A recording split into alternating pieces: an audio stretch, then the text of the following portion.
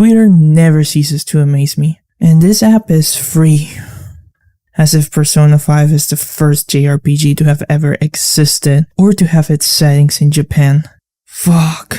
What's up guys, it's Oblivious Gamer here, and today I want to talk about Neo: The World Ends With You, which was announced today. Now, as always, if you like the content, don't forget to subscribe. If I'm being honest, I'm very happy about this. The World Ends With You was a really fun game I enjoy a lot back in 2008 when it was released for the Nintendo DS. The game was an action role-playing game with urban fantasy elements developed by Square Enix and Jupiter, set in modern-day Shibuya shopping district of Tokyo. The art style in the game and the music was just amazing. I think one of the things I really love about The World Ends With You was just the art style that it had. I do think if you can, you should definitely try and play the first game, though I would probably recommend the DS version if you can find it, since the game was ported to the Switch as The World Ends With You Final Remix. It also adds a new storyline, so you might be more inclined or interested into getting that version more than the other ports.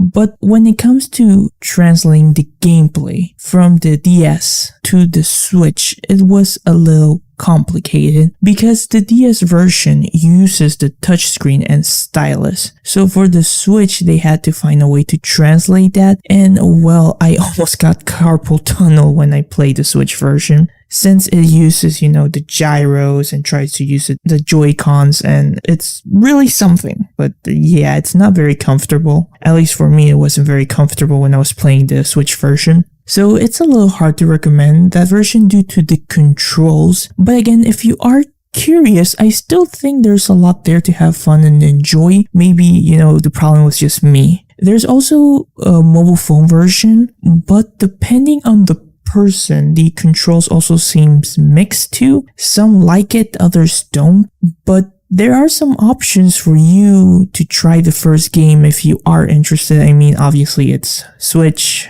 If you can find a way to get the DS version, or you can try on your phone, because I think it's Android and iOS.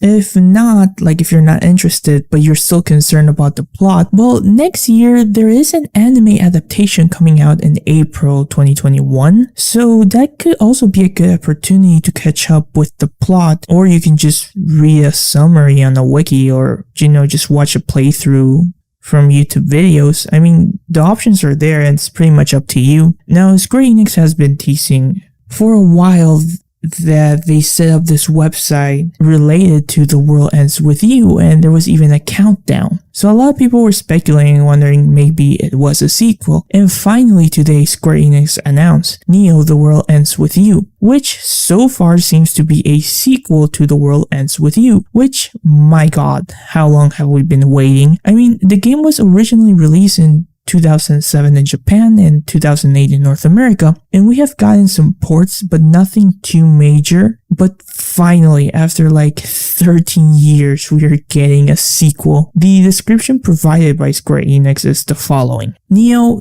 The World Ends With You transport players to the streets of Shibuya, where they will take part in the Reaper's game, a life or death battle for survival. Players will take on the role of Rindo as they explore the heart of Tokyo to uncover the mysteries behind this sinister game in which they have been forced to take part. So the trailer for the game, I would say, looks amazing. I'm very excited. We get to see they went from 2D to 3D graphics. I really feel it translated okay. I mean, I really like the art style, and I still feel that they managed to translate that 2D art style to 3D graphics. And I think it looks fine. I mean, I'm really liking it. Granted, I do want to state, I am a person who believes not every game needs to look amazing or look like a tech demo from Unreal Engine 5. I think gameplay and story, it's also very important. So even if some people say this looks ugly, I still think it's too early to judge a game. Plus, as I mentioned before, it's not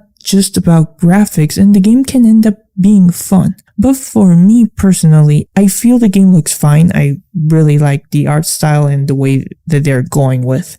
During the trailer, we also get to meet our new cast of characters, and it seems the characters are Rindo, which would be your main character that you will be playing as. You meet Fred, you meet Nagi, and those three are new characters, though the last character presented is Minamimoto, who was a character in the original The World Ends With You. And I would say he had an interesting part, so I am wondering what would be his role in this new game. And I am guessing here, but we might get to see the original cast. Maybe they will have small roles or maybe major roles. There's still a lot we don't know, though as I said, we do get to see Minamimoto from the original game, and he seems to be part of this main cast of characters. Personally, I wouldn't mind seeing the old cast again, but that's personal preference. We get to see some gameplay, and I'm really liking what we're seeing. Some of the fights look really fun and interesting. We see them battling out insane characters. We see some insane battles.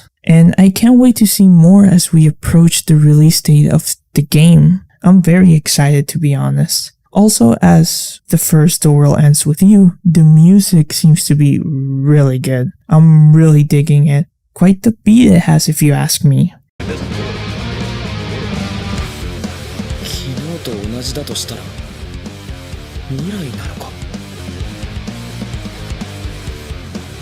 よーし。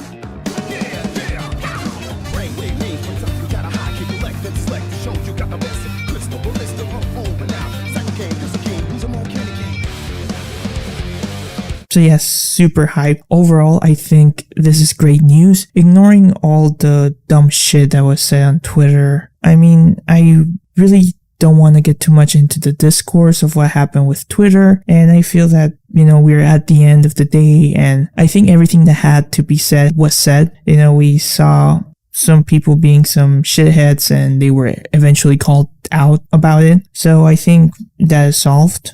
So I think for fans of The World Ends With You, next year will probably be really great. You have the anime adaptation in the works and also a sequel coming for the game, and it's coming summer next year. Now, the game for now is coming for the PS4 and Nintendo Switch as far as they have said, no other platform so far, but really happy about this. I'm really excited. What are your guys' thoughts? Have you played the first game? Are you excited for this new game? So yeah guys, this has been Oblivious Gamer, and I hope you'll have a wonderful day or night wherever you are.